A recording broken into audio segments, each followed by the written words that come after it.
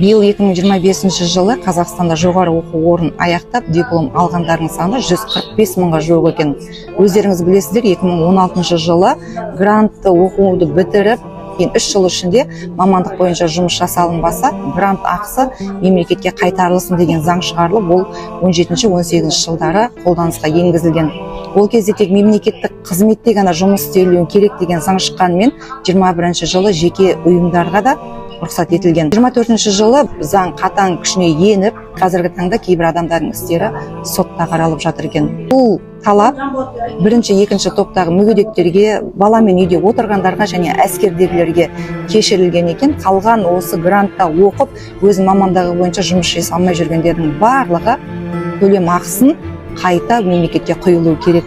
Қазір дипломмен мамандық бойынша жұмысқа орналасу үшін бюджетниктер 1,5-2 миллионның арасында, ал мемлекеттік қызметкерлер мен органдарға жұмысқа орналасу үшін 3 миллион мен 5 миллионның арасында пара беріп орналасады.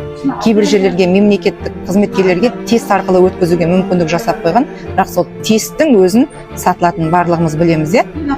Кейбір бағы жанып жұмысқа орналасып кеткендерінің ішінде көбісінің баспанасы жоқ.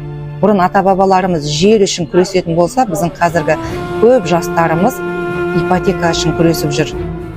Құрметті билік басындағылар, біз мемлекетіміз осы жастардың қолында қалатын болғандықтан, біз грант бөліп қолдау көрсеттік па, жұмысқа да тегін орналастырып, қажет болса баспанамен де тегін қамтамасыз етуіміз керек.